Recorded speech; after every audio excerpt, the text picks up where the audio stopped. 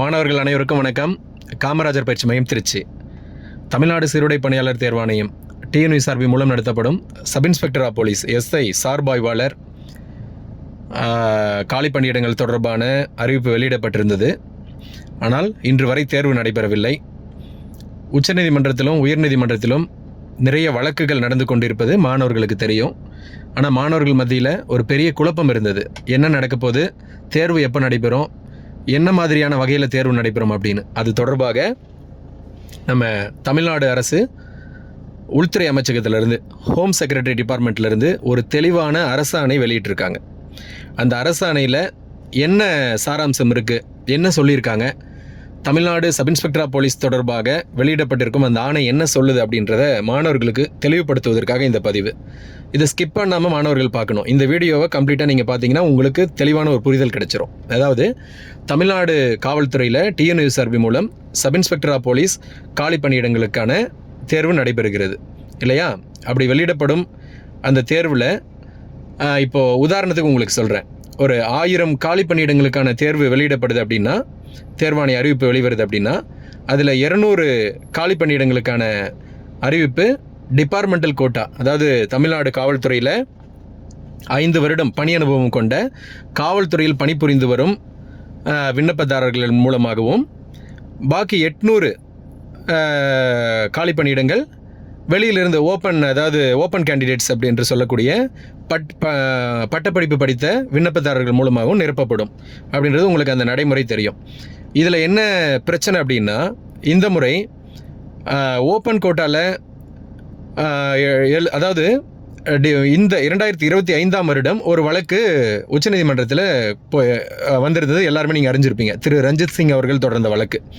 அந்த வழக்கின் மூலமாக என்ன நடந்துச்சுன்னா, நிறைய தீர்ப்புகள் இந்த தேர்வாணைய சப் இன்ஸ்பெக்டர் ஆஃப் போலீஸ் தேர்வு தொடர்பான நிறைய தீர்ப்புகள் வெளிவந்தது.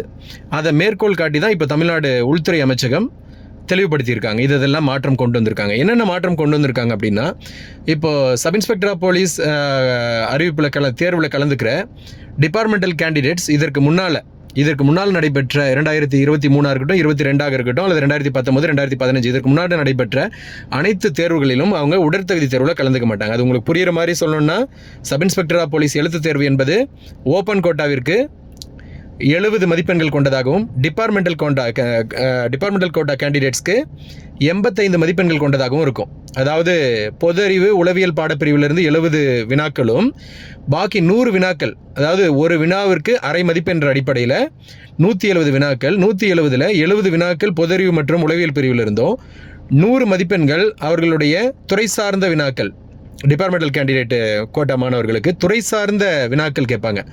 அடங்கிய மொத்தம் 170 வினாக்கள் கொண்ட 85 மதிப்பெண்கள் கொண்டதாக அவர்களுடைய தேர்வு இருக்கும்.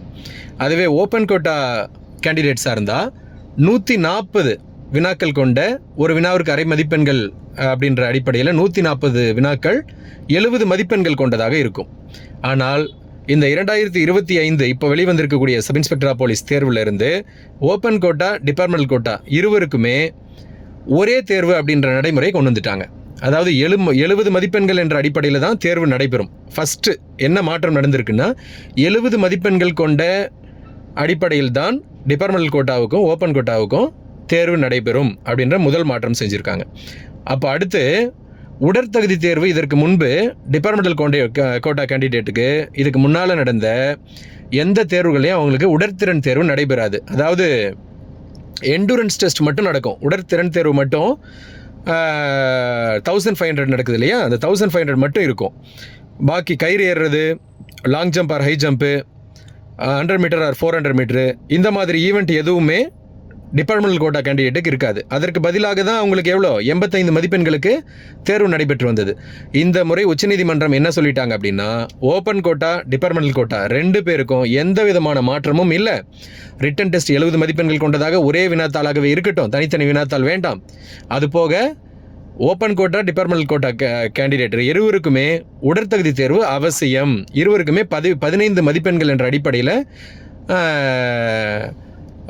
உடற்திறன் தேர்வு கட்டாயம் நடத்தப்படணும் அப்படின்ற மாற்றத்தை கொண்டு வந்துட்டாங்க.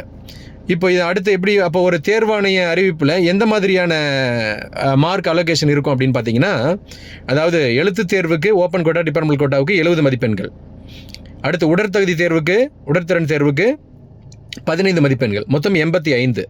அடுத்து இன்டர்வியூ நேர்காணலுக்கு 10 மதிப்பெண்கள், சிறப்பு மதிப்பெண்கள் சான்றிதழ்களுக்கு என்சிசி என்எஸ்எஸ் ஸ்போர்ட்ஸ் இது மாதிரியான சான்றிதழ்களுக்கு சிறப்பு மதிப்பெண்கள் 5 என 100 மதிப்பெண்கள் கொண்டதாக இதன் பிறகு நடைபெறக்கூடிய இப்போ 2025 வெளிவந்திருக்கக்கூடிய சப் இன்ஸ்பெக்டர் ஆஃப் போலீஸ் அறிவிப்பு மற்றும் இதற்கு மேல் நடைபெறக்கூடிய அத்தனை சப் இன்ஸ்பெக்டர் ஆஃப் போலீஸ் அறிவிப்புகளும் 100 மதிப்பெண்கள் கொண்டதாக ஓப்பன் கோட்டாவிற்கும் டிபார்ட்மெண்டல் கோட்டாவிற்கும் எந்த விதமான மாற்றமும் இல்லாத ஒரே மாதிரியான தேர்வாணைய நடைமுறைகள் தான் பின்பற்றப்படும் அப்படின்றத தெளிவான ஒரு விளக்கம் கொடுத்துருக்காங்க. ஓகே, இரண்டாவது என்ன சொல்லியிருக்காங்க அப்படி அடுத்து நம்ம என்ன இதில் மாற்றம் நடந்திருக்கு அப்படின்னா, அதாவது ஓப்பன் கோட்டாவில் இருக்கக்கூடிய மாணவர்கள், டிபார்ட்மெண்ட் கோட்டாவில் இருக்கக்கூடிய மாணவர்கள் இவங்க எல்லாரும் சேர்ந்து காவல்துறையில் தேர்வு ஆகி அதன் பிறகு 1 வருட அடிப்படை பயிற்சிக்கு போவாங்க இல்லையா தமிழ்நாடு காவல்துறையில். அந்த 1 வருட அடிப்படை பயிற்சி முடித்த பிறகு அவங்களுக்கு ஒரு தேர்வு வைப்பாங்க. எது அங்கே சொல்லிக் கொடுத்த சட்ட பாடங்கள்லேருந்து லா எக்ஸாம் சொல்லிட்டு ஒன்று வைப்பாங்க. அந்த லா எக்ஸாமில் எடுத்த மதிப்பெண்களின் அடிப்படையில் தான் இதற்கு முன்பு அவங்களுக்கு சீனியாரிட்டி ஃபிக்ஸ் பண்ணிட்டு இருந்தாங்க. இப்போ என்ன சொல்லிட்டாங்கன்னா, இங்கே எழுத்து தேர்வு உடற்திறன் தேர்வு நேர்காணல் இதில் எடுக்கிறாங்களே இந்த 100 மதிப்பெண்களுக்கு எடுக்கிறாங்கல்ல மார்க்கு, அந்த மதிப்பெண்கள் அடிப்படையிலேயே அவர்களுடைய பணிமூப்பு பட்டியல் சீனியாரிட்டி லிஸ்ட் வெளியிடப்படணும். அங்கே தனியாக போய் துறை சார்ந்த தேர்வு உள்ள நடத்தப்பட்டு அந்த தேர்வுகளில் இருந்து இது வைக்கக்கூடாது, இப்போ சீனியாரிட்டி லிஸ்ட் வைக்கக்கூடாது அப்படின்ற ஒரு உத்தரவை கொண்டு வந்துட்டாங்க. அது ஏன் கொண்டு வந்திருப்பாங்க அப்படின்னா, மேபி டிபார்ட்மெண்டல் கோட்டா கேண்டிடேட்ஸ் போகிறவங்களுக்கு சற்று அங்கே நடக்கக்கூடிய லா எக்ஸாம் எளிதாக இருக்கும், ஓப்பன் கேண்டிடேட்ஸ் போகிறவங்களுக்கு கடினமாக இருக்கும் என்ற அடிப்படையில் ஏதோ ஆராய்ந்து இந்த மாதிரி ஒரு மாற்றத்தை கொண்டு வந்துட்டாங்க. ஆக இனிமேல் என்ன நடக்கும், ஓப்பன் கோட்டா டிபார்ட்மெண்டல் கேண்டிடேட்ஸ் இருவருக்கும் ஒரே விதமான தேர்வாணைய நடைமுறைகள் தான் பின்பற்றப்படும். 70 மதிப்பெண்களுக்கு எழுத்து தேர்வு, 15 மதிப்பெண்களுக்கு உடற்திறன் தேர்வு, 10 மதிப்பெண்கள் இன்டர்வியூ, 5 மதிப்பெண்கள் சிறப்பு மதிப்பெண்கள் சான்றிதழ்களுக்கு. ஆக 100 மதிப்பெண்கள் சீனியாரிட்டி. இங்கே தேர்வாணைய நடைமுறைகளில் எழுத்து தேர்வு உடற்திறன் தேர்வு இன்டர்வியூ இதில் எடுக்கிற மதிப்பெண்கள் அடிப்படையில் தான் அவங்களுடைய பணிமூப்பு பட்டியல் வெளியிடப்பட வேண்டும், தயாரிக்கப்பட வேண்டும் அப்படின்னு தெளிவாக சொல்லிட்டாங்க. இந்த மிகப்பெரிய மாற்றங்கள் இதுவரை ஒரு ப்ராசஸில் போயிட்டு இருந்துச்சு. இது sub inspector of police department கோட்டாவுக்கும் ஓப்பன் கோட்டாவுக்கும் வேறு மாதிரியான ப்ராசஸ் இருந்த இடத்துல மிகப்பெரிய ஒரு மாற்றம் கொண்டு வந்துட்டாங்க. இந்த மாற்றங்கள் எல்லாம் உச்சநீதிமன்றம் தெளிவாக ஆணை பிறப்பிச்சிருக்காங்க. அந்த ஆணையின் அடிப்படையை கொண்டு நம்ம உள்துறை அமைச்சகம் தமிழ்நாடு காவல்துறை உயர் அதிகாரிகளுக்கு, குறிப்பாக காவல்துறை தலைமை காவல்துறை இயக்குனர் டிஜிபிக்கு கொடுத்துருக்காங்க.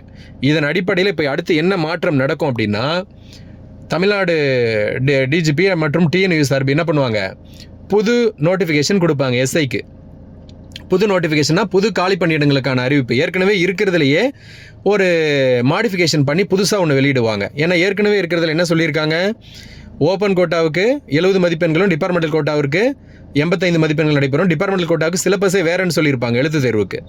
இப்போ எல்லாருக்கும் ஒரே சிலபஸ் தான், ஒரே வினாத்தாள் தான், ஒரே தேர்வு தான் நடைபெறும் அப்படின்றதுனால புது நோட்டிஃபிகேஷன் வெளியிடுவாங்க. அடுத்து ஃபிசிக்கல் டிபார்ட்மெண்டல் கோட்டாவுக்கு இல்லை விலக்கு அளிக்கப்படும் சொல்லியிருப்பாங்க. இப்போ வர நோட்டிஃபிகேஷனில் டிபார்ட்மெண்டல் கோட்டாவுக்கும் ஓப்பன் கோட்டா மாதிரியே ஃபிசிக்கல் நடைபெறும் அப்படின்ற சேஞ்ச் பண்ணணும். ஆக ஒரு புது நோட்டிஃபிகேஷன் வெளியிடப்படும். இதுதான் ஃபைனல் டிசிஷன். இப்போ இது நம்ம தமிழ்நாடு உள்துறை அமைச்சகம் தெரிவிச்சிட்டாங்க. அதன் அடிப்படையில் காவல்துறையில் மாற்றம் நடக்கும். அடுத்து என்னென்னா, இந்த வழக்கு எல்லாம் இது நடைபெறதுக்கு காரணமே திரு ரஞ்சித் சிங் அவர்கள் தொடர்ந்த வழக்கு தான். அவர் கேட்டிருந்தார் இந்த சீனியாரிட்டி லிஸ்ட், அவர் தான் இந்த வழக்கை தொடர்ந்துருந்தார். இப்போ அதுக்கு என்ன சொல்லியிருக்காங்க அப்படின்னா, இதற்கு முன்பு நடைபெற்ற, அதாவது 2015 2022 இந்த மாதிரி ஆண்டுகளில் முன்னாடி சார்பாய்வாளர் சப் இன்ஸ்பெக்டர் ஆஃப் போலீஸ் தேர்வு நடந்தது இல்லையா, அதுலேயுமே இதே மாதிரியான, அதாவது ஓப்பன் கோட்டாவுக்கு இதில் அடிப்படை பயிற்சி முடித்து ஓராண்டு முடித்ததுக்கு பிறகு அதில் எடுக்கக்கூடிய அந்த லா சட்டப்பாடத்தில் எடுக்கக்கூடிய மதிப்பெண்களை கொண்டு சீனியாரிட்டி ஃபிக்ஸ் பண்ணாங்க இல்லையா, அதையெல்லாம் ரத்து செய்துட்டு புதிதாக பணிமூப்பு பட்டியல் 60 நாட்களுக்குள்ளே தயாரித்து வெளியிடப்படணும், இதுக்கு முன்னாடி இருக்கிறதையும் திருத்தம் பண்ணணும் அப்படின்ற மாதிரியும் சொல்லியிருக்காங்க. அது நமக்கு தேவையில்லை. புதிதாக இப்போ நம்ம சப் இன்ஸ்பெக்டர் ஆஃப் போலீஸ் எழுத்து தேர்வுக்காக காத்திருக்கக்கூடிய மாணவர்களுக்கு அது நமக்கு தேவையில்லாதது. மிக முக்கியமான விஷயம், கூடிய விரைவில் தேர்வு நமக்கு நடைபெற இருக்கிறது. ஆனால் இப்போ டிஎன்யூஎஸ்ஆர்பி தமிழ்நாடு சீருடை பணியாளர் தேர்வாணையம் புதிதாக ஒரு நோட்டிஃபிகேஷன் இந்த அம்சங்களை எல்லாம் கொண்ட ஒரு புதிய நோட்டிஃபிகேஷன் ரெடி பண்ணி வெளியிடுறதுக்கு ஒரு சற்று கால அவகாசம் ஏற்படும். மிக குறைந்தபட்சம் அடுத்த ஒரு 45 ஒரு 50 நாட்களுக்கு நம்ம தேர்வை எதிர்பார்க்க முடியாது. சப் இன்ஸ்பெக்டர் ஆஃப் போலீஸ் அடுத்த ஒரு 2 மாதங்களில் சப் இன்ஸ்பெக்டர் ஆஃப் போலீஸ் தேர்வு நடைபெறுவதற்கான அனைத்து சாத்தியக்கூறுகளும் இருக்குது. மிக முக்கியமாக கவனிக்க வேண்டியது ஓப்பன் கோட்டா மற்றும் டிபார்ட்மெண்டல் கோட்டாவுக்கு ஒரே மாதிரியான தேர்வாணைய நடைமுறைகள் பின்பற்றப்படும். பயிற்சி முடித்த பிறகு சீனியாரிட்டி என்பது அவர்கள் இங்கே எழுத்து தேர்வு, உடற்திறன் தேர்வு, இன்டர்வியூவில் எடுத்த மதிப்பெண்கள் அடிப்படையிலேயே சீனியாரிட்டி பின்பற்றப்படும் அப்படின்ற தகவல் தான் நமக்கு மிக முக்கியமாக புரிஞ்சுக்கிறோம். இப்போ இதன் அடிப்படையில் பார்க்கும்போது அடுத்த 60 நாட்களில் நமக்கு sub inspector of police exam நடக்கிறதுக்கான சாத்தியக்கூறுகள் குறைந்தபட்சம் அவ்வளோ கால அவகாசம் கிடைக்கும் அப்படின்னு சொல்கிறேன் பேருக்கு. அப்போது மாணவர்கள் அனைவருமே இப்போது எப்போ நமக்கு தேர்வு நடைபெறும் அப்படின்ற காத்துட்டு இருந்த மாணவர்கள்லாம் தங்களை சிறப்பாக தயார் செய்துக்கிட்டு இப்போ உடனே தயாராகணும் இல்லையா? கூடிய விரைவில் எக்ஸாம் நடைபெற போது மீண்டும் ஒரு முறை மாணவர்கள் அனைவரும் எழுத்து தேர்வு, உடற்தகுதி தேர்வு மற்றும் நேர்காணல் தேர்வில் வெற்றி பெற்று சார்பு ஆய்வாளர் பணி நியமன ஆணையை பெற மாணவர்கள் அனைவருக்கும் மிகச்சிறந்த வாழ்த்துக்கள். இதில் ஏதாவது சந்தேகங்கள் இருந்தால் கமெண்ட் செக்ஷனில் கேளுங்க, உங்களுக்கு நான் பதிலளிக்கிறேன். சிறப்பு.